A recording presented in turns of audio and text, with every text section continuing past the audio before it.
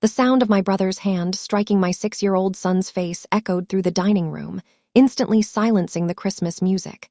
My sweet boy burst into tears, clutching his reddened cheek, while my brother sneered. "He's an unruly child who needed to be taught a lesson." To my absolute horror, the rest of my family didn't defend my son.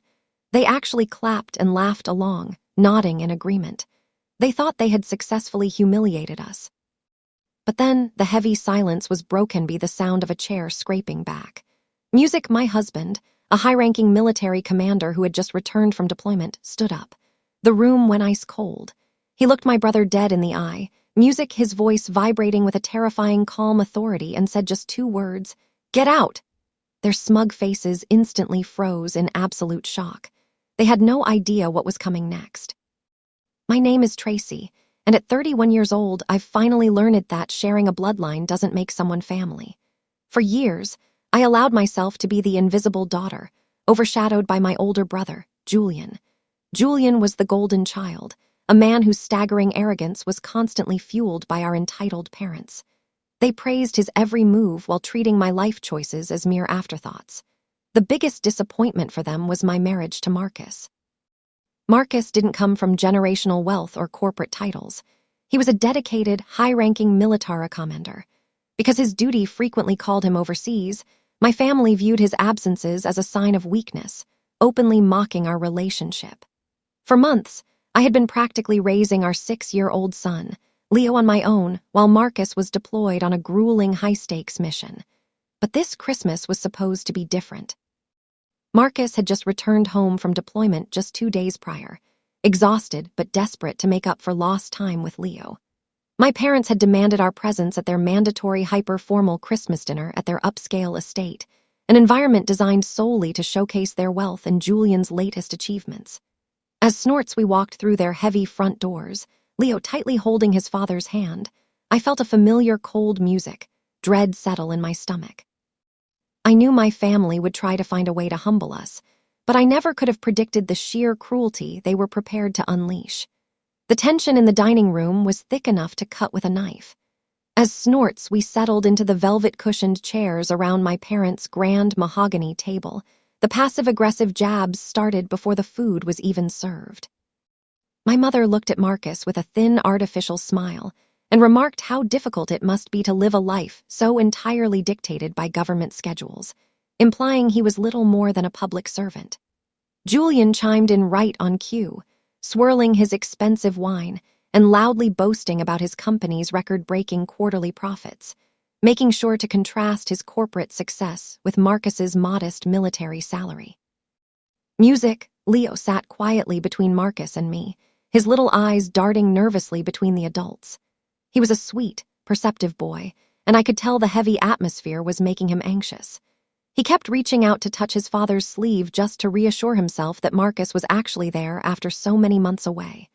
When the main course was served, Leo excitedly leaned forward to show Marcus a small drawing he had tucked into his pocket. In his eager movement, his elbow brushed against his crystal water glass. It tipped over, sending a small wave of water cascading directly across the table and straight into Julian's lap, soaking his designer jacket. Julian leaped out of his chair, his face instantly contorting with an unbridled explosive rage that broke the last boundary of family civility. Before anyone could even react to the spilled water, Julian lunged forward.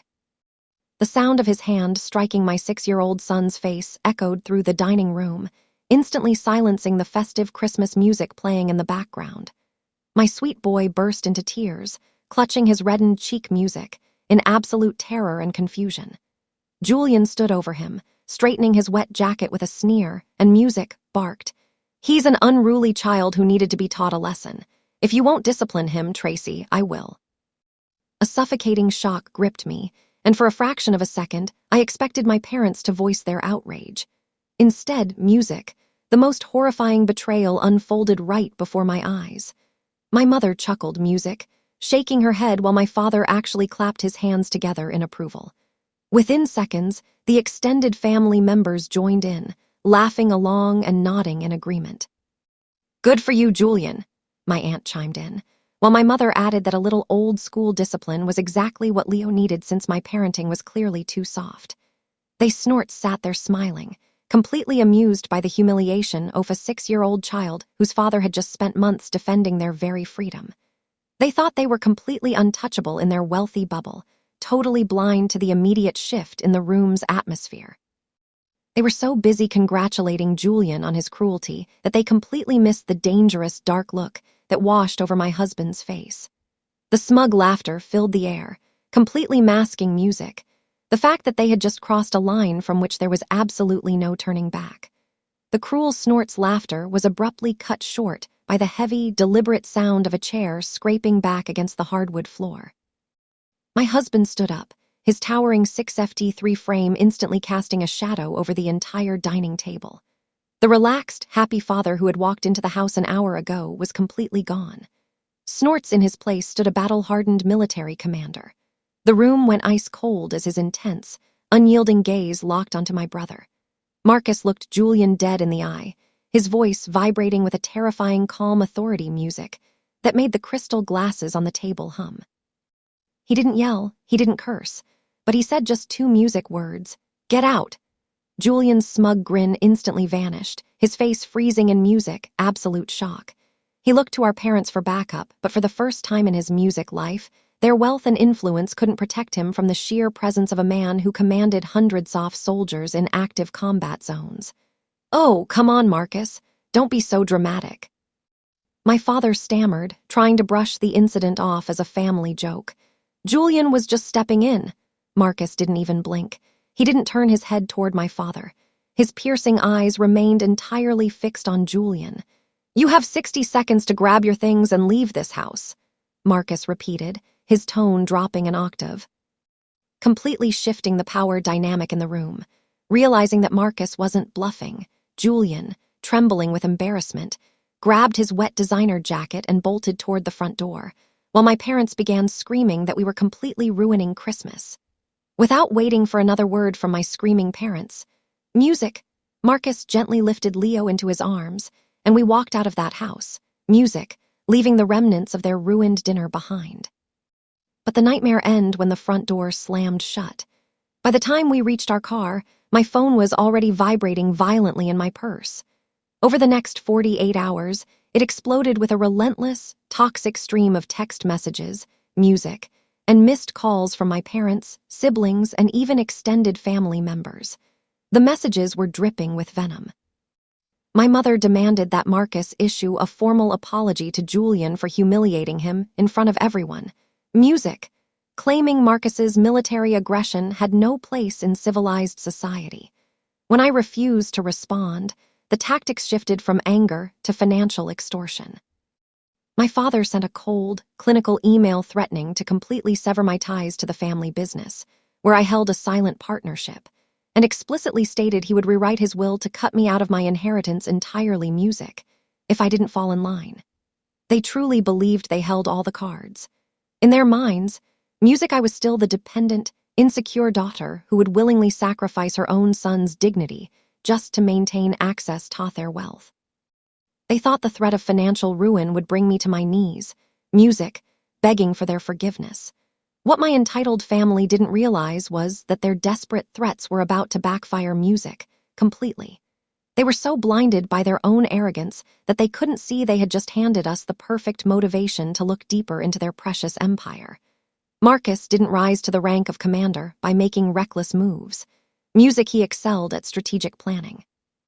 While me family spent the week sending threatening text messages, Marcus quietly activated his high-level legal team and some close contacts within federal regulatory agencies. Music. Since I still legally held a silent partnership in the family business, we had a perfect music, right to demand a comprehensive, unedited audit of the company's financial records. What we uncovered over the next few days completely shattered their illusion of untouchable success. Julian hadn't been building a massive corporate empire. He had been constructing a highly illegal house of cards.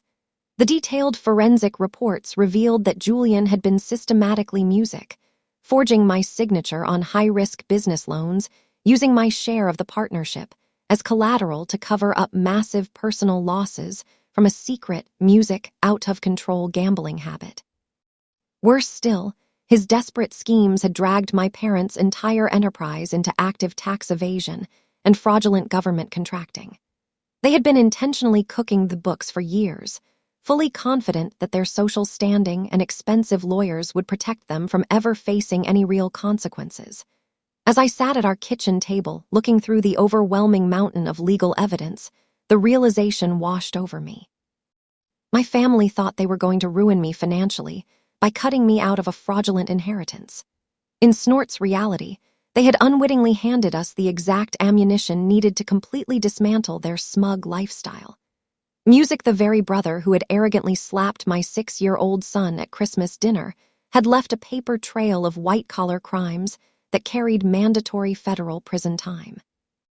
Music, without an ounce of hesitation, I turned the mountain of legal evidence over to the federal authorities. The fallout was immediate and devastating. Music, Julian's high-risk house of cards, collapsed completely, forcing him into a public bankruptcy and a lengthier trial that ended in federal prison time.